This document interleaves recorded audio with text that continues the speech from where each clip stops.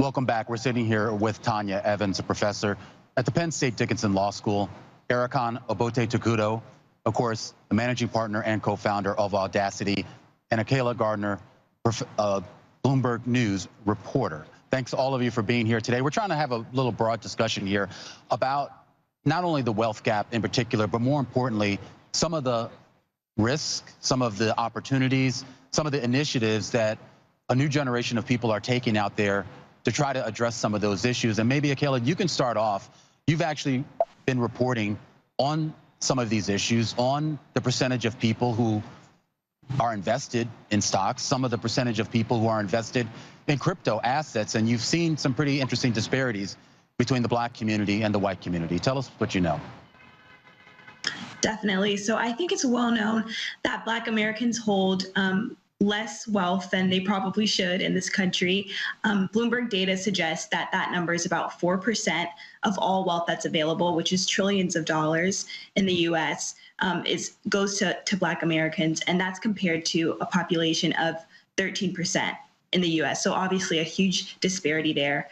And in my reporting, I found that Black Americans are actually more likely to hold cryptocurrencies than white Americans. So among investors, 30% of Black Americans, people who already hold some kind of investment, have cryptocurrencies, and that's compared with about 17% of white investors. So there is kind of this consensus that Black Americans are more willing to kind of take the chance or the risk, if you will, in cryptocurrencies. But there's a huge conversation that's happening online and on social media platforms amongst Black Americans who are exchanging information that they've learned, whether through education or themselves on social media, and kind of making an effort to share that with others. What about the generational differences, Erikan? Specifically, she says that she's seen more people, I guess, investing in this, but is this mainly the younger generation? Are the older folks also getting involved in this as well? Yeah, so most certainly the younger population is certainly gravitating to it, I would say, the most. And I think that comes from, of course, COVID sort of being the eye-opening moment for a lot of people around the world, but specifically communities of color across the U.S., recognizing that, you know, the bottom fell out in the nation, and everyone realized you kind of have to fend for yourself. And so given that the United States is going to be a majority young and people of color in just a few years, that is the fastest growing demographic to adopt cryptocurrency. I would say, though, that to give more color on this gap and percentage differences between racial groups is that the crypto audience that is really driving the market in the United States today is young white male, probably under 40, that have significantly high disposable incomes, where the wealth transfer is already sort of well circulating and incubated within their family infrastructure. And I would say that the younger population of people that are people of color, especially Black youth that are participating in crypto, simply don't have the same volume. So you might find people who are excited about cryptocurrency, but maybe at max, maybe put to work $1,000 or $10,000 versus others that are putting millions. Yeah. Well, Erikan, can you expand on that just a little bit? Because you've inserted yourself into this world. You've started your own fund here. What's the response been so far? Yeah, so the response has been resounding from Black investors who want to participate as limited partners, in addition, all the way up to institutions like, you know, your large banks of the world that are interested in participating. I think what's most important is that people seek beyond lip service and the diversity performance of this opportunity, and really know that this is beyond the racial dynamic. This is recognizing where the future of innovation that's going to change the planet will come from, and that's undeniably coming from communities of color that have essentially have a vengeance to change the world in their best interest. And Tonya, you've been beating this drum for a while as well. You've been involved, of course, with MakerDAO and some of their growth initiatives. Maybe you can tell us a little bit just about what you've seen with regards to the responsiveness of people in the Black community to embrace this. I'm really excited about the response. It's been, in some sense, it's been a mixed bag, because in the Black and brown community, so many times people have been misled, misinformed. I can think in my grandmother's generation, going to sleep one day and the savings and loans on the corner the next day is no longer open, and people are losing so much. So there's a real mind shift that's also related to trust and reimagining what trust looks like in a decentralized world. But that presents a lot of really, really important opportunities, particularly for those communities like Black and Brown communities that have traditionally been locked out of tech and finance, and we see the intersection of the two in the crypto asset and blockchain space. And so people are starting to lean in to see the reality, or at least the possibilities of what can be when one invests in crypto assets, and certainly in the DeFi space. Well, Tonya, I mean, let's talk a little bit more about DeFi. There seems to be a certain degree of, I guess, freedom associated with that world, a certain degree of access. Can you just kind of define for our audience kind of what DeFi, decentralized finance, actually means to you? Decentralized finance is a bit different than just purchasing Bitcoin or Ethereum or any of the other coins. Decentralized finance is reimagining what it looks like to participate in savings and loans. So, the banking system effectively is encouraging folks to save, and those savings are then used by banking institutions to give loans on the other side of that. In the decentralized world, it's removing banking institutions and really leveraging peer-to-peer technology and automated protocols to directly connect both sides of that transaction in a way that has the potential to earn more interest and also to participate meaningfully in a loan environment that is so often fraught with systemic issues that, again, keep people from participating meaningfully in the banking system and also in eventually owning property as well. Erikan, can you expand on that, and particularly on how people can be invested in this other than just, say, buying a crypto coin? Yeah, so there's a lot to say about the myriad of ways folks can get involved. Right now, what we're seeing is culture and things like art and sports really leading the way in what is adopting a lot of young people, a lot of communities of color, a lot of just general diversity. And that's a really exciting aspect of this world. Some people would argue that NFTs, non-fungible tokens, are a form of DeFi in the sense that there's an asset that in some cases would typically be physical, but is now represented digitally, that shows your ownership of that thing. And where certain assets, call it CryptoPunks, for example, can cost perhaps hundreds of thousands of dollars, if not millions. People can actually own a piece of that one asset through something called fractionalized ownership. So really what we're seeing right now through things like NFTs and, of course, more traditional finance that is more crypto-enabled, that is coherent, like a very undeniably DeFi, we're seeing the ability for people to own small parts or large parts of assets that are increasingly becoming more valuable across this new internet. And ultimately, what's the most important thing for people, especially Black communities, is to be a founder or be an investor. Anything else is you doing some form of consumption, which we know has never really acted in our interest despite our $1.3 trillion purchasing power. So my encouragement for all audiences here is to get in your coding bag, get in your community building spirit, and this is now the opportunity to mobilize your community, your friends, and create an economy around so. And now is the time to say, I really wish this thing existed in the world. How could crypto or blockchain enable that? And I'm going to go raise funds, approach Audacity to get an initial check to build out this dream, because this is the time for Black people to be builders. Either an investor or a founder. Akayla, you talk to a lot of young people who seem to also have that same mindset. What are they telling you? Definitely. And some of the points that both Tonya and Erikan brought up were definitely the resounding response that I got from a lot of the people I spoke to, which is the aspects of crypto that are decentralized and really without mediators are very attractive to people because they've come not to trust the traditional financial system, and they see this as a form of freedom or liberation. And also talking about NFTs, I think a lot of Black Americans are aware that they contribute a lot to music and culture and different things that become very popular in the mainstream. And this is a way to kind of profit off of that and get credit for whether it's crypto dances or a song that goes viral without losing ownership when it continues to get shared and replicated online. And we've seen this, of course, a lot with the people who are effectively creating this, whether it's with NFTs, of course, the success that we've seen with Top Shot and a lot of athletes and entertainers sort of reclaiming their image to a certain degree here. Does that, I guess, make the investor at the other side of the equation more interested in this? Is it encouraging?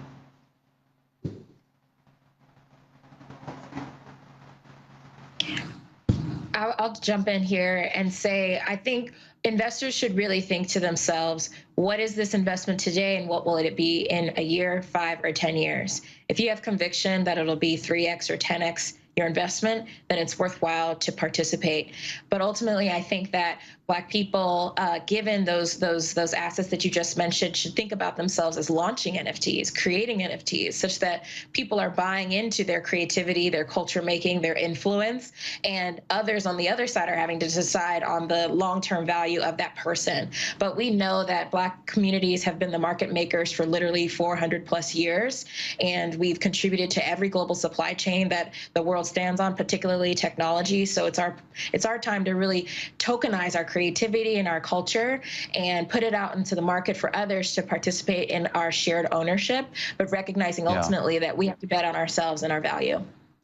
Let's talk a little bit about some of the technology underpinning this, Tonya. You are involved, with, of course, with MakerDAO, a decentralized organization. It's more than just investing. I mean, there's a way to lend. There's a certain accountability that participants have amongst themselves on these platforms. Can you kind of explain the underpinnings of that, how that works? Well, first, even just at a high level, to talk about what the benefits are in the environment, you're coming down to 2 essential qualities that are absent in many respects in traditional finance, and that's access and transparency. And so access, we've spoken about a bit, but being able to participate regardless of your gender, your ethnicity, your race, to participate meaningfully in the system, but also the transparency of distributed ledger technology, meaning it's very jargony, but breaking down to the essence of what is the state of transactions and balances at any given time. And how do you verify the accuracy of that at any moment in time? And the absence of centralized power around who gets to decide what hits the ledger and what does not in this decentralized way, where it's a network of computers instead of one database that manages that information. And so that aspect of blockchain technology is very, very important. And we see it play itself out with a range of crypto assets, not just those that function as currencies, fungible currencies that are interchangeable, but as Erikan said, about non-fungible tokens, those that are unique. And a final point is the way that all crypto assets currently in the United States are taxed. They're taxed as property, which means you enjoy the upside of capital gains. You also absorb losses, but that functions differently than currencies. And so it's the added benefit of participating in digital ownership in this new internet that also was very difficult to do in a Web 2.0 world where things were easily replicated and shared without exhausting the original. So there are a number of benefits from the technology that empower artists of color. And I'm glad that you also mentioned investors and collectors on the other side. There's empowerment on both sides to participate in finance and in art. How do we, I mean, when you think about the traditional finance system, the traditional banking system, we know a lot about some of the structural issues that have effectively either blocked Black people from participating or at least limited their ability to participate in full here. How do we make sure that DeFi, crypto, blockchain, everything associated with this space here doesn't fall victim to some of the same issues that plague our traditional finance system? I can start with that. I think a lot of Black creators are not waiting on institutional investors to get behind their projects. And I think that's what's so interesting about this space is it's really community oriented. When you create a blockchain project or you create a DAO, which I'm sure Tonya can speak more about, you really are building it with people you trust or you know. And so they're really using the power of community to create these projects, and they're not really waiting for institutional investors or big banks to get behind them. I think that's very accurate. This is the empowering component of being able to participate on your own terms and in your own time, and not on the sidelines for someone to give you permission to participate. The permissionless environment of decentralized finance, and Erikan, I believe, raised the issue as well of, yes, being on the investor side or the creative side, but on the other side, the other aspect of that is participating in the build of this infrastructure. The layer one technology of blockchain frameworks and things that are built on top of it. Akayla mentioned the idea of decentralized autonomous organizations, or DAOs, or decentralized applications. So I love the way Erikan mentioned earlier, digging into your coding bag in order to empower yourselves on the technological build of it as well, because there is power in entrepreneurship coupled with this technology that will really start to eradicate the wealth gap that currently exists, that's built on the backs of high income at the expense of appreciating assets. We want to shift the mindset from focusing just on income. Income is important, or just on education. Clearly, as a professor, education is important, but meaningful ownership and participation will be in creating and owning appreciating assets, including businesses. Yeah, I would definitely add on to that to say that one skill, two skills, three skills that I think are super important for all Black people mobilizing into crypto right now is to become very technically literate as much as you can, and use your own natural creativity as you consume and learn this technology to reinvent and create new things that are outside of the bounds that technology is seeing today, because ultimately that's really where the astronomical wealth creation will be. Otherwise, anything else, you're getting a tail end or a piece of the final product that you think you're buying or owning, but you're not owning the core foundation. And now it's still early to own the foundation and infrastructure of the internet, and that's where most Black people will literally catch up in terms of wealth gaps. Second is, to Tonya's expertise, we must become more legally savvy. And we must be very thoughtful about how we negotiate our community and partnerships and smart contracts and opportunities that secure our asset ownership into perpetuity. That part's really crucial that a lot of people overlook. And the third is, we must become a community of doubles. That means a community that says, if I'm going to buy $5 of Bitcoin, I want to do everything I can to make it 10, to make it 20, to make it 40, to make it 80. We're only going to grow our wealth not by just having an income and holding assets, but getting in the game of growing our money. And there are various ways that are a lot more complex than what we've discussed today that can help folks generate 5 times their money, 10 times their money, in some cases 100 times their money. Black people have to get into that game despite all of the centuries that we've been excluded from it, because from building it to writing the language and the contract to ensure is that we own it for centuries in the future, and from tripling it and 10xing it, that's how we're going to literally transform our futures forever. I want to get your thoughts here on geographical differences as well. Erikan, specifically you. When we talk about this, we talk about it from the perspective of Black Americans. Prior to the pandemic, I did a lot of traveling through West Africa, and the amount of discussion about fintech and alternative finance was enormous over there. And obviously there's been some changes since the pandemic, but I would think that the ability for not only ownership, but for more progress, or at least a faster rate of progress, would be a little higher in some of the emerging market nations that maybe don't have traditional finance systems to the extent that we have them here in the United States.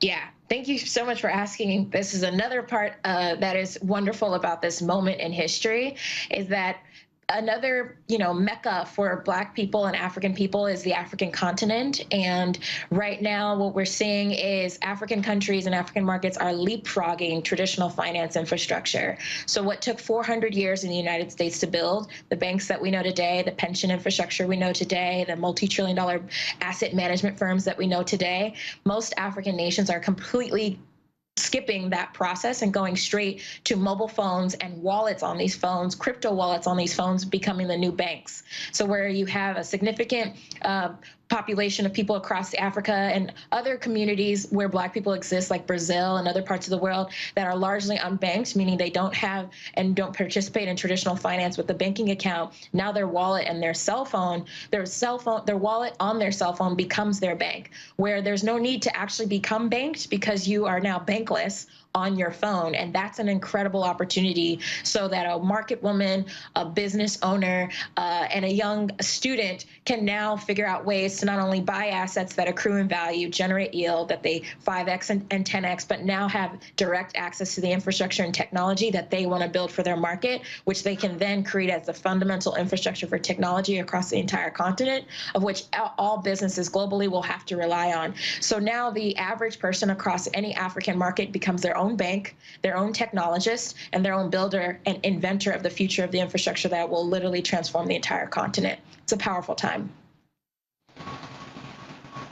Anyone else want to weigh in on that? I'm so glad that you brought up the issue of looking at it through an international lens.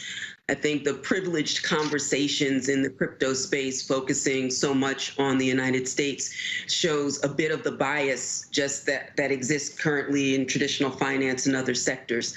And to talk about this from the perspective of the full diasporic experience of Black people throughout the world is really, really important. And we may find it is my great hope that we will find that this is an additional layer of connectivity that we need to bring disparate communities back together to a global community in ways that we were not able to do in previous iterations of the internet. Tonya, I also want to get your thoughts specifically on the regulatory environment. We've been talking a lot lately about, particularly here in the US and even in the European Union, there's been a lot more discussion, if you will, about putting up more guardrails in the crypto space specifically, but really in the broader DeFi space as well. The idea that central banks may even decide to interject themselves in this as well, particularly when it comes to stable coins and what some people see as a potential competitor to some of our reserve currencies out there. Is that regulatory push, is that a threat at all for investors?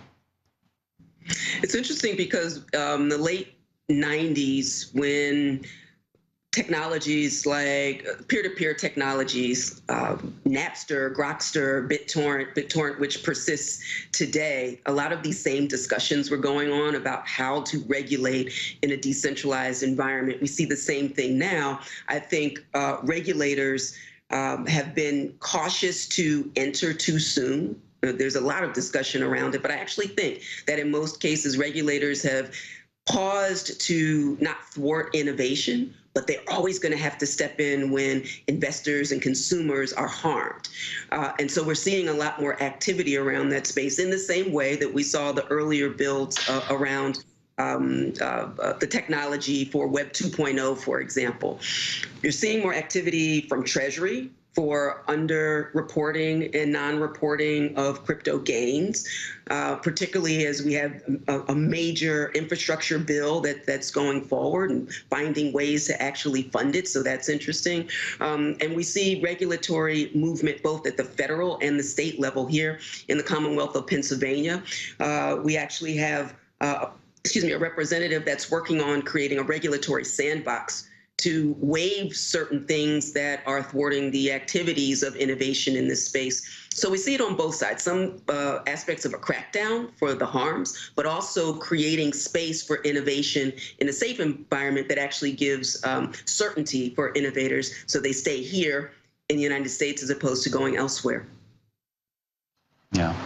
Akayla, I want to get your thoughts on that as well. I mean, any of the folks that you've spoken to, have they raised any issues, any concerns here about regulation? Yeah, I think right now regulation is really a wild card. We have the SEC chairman, Gary Gensler, who's expressed that, he's going to be very aggressive towards rulemaking around cryptocurrencies, whether they are a security or a commodity. And so I think those things could really have a big effect on the crypto world.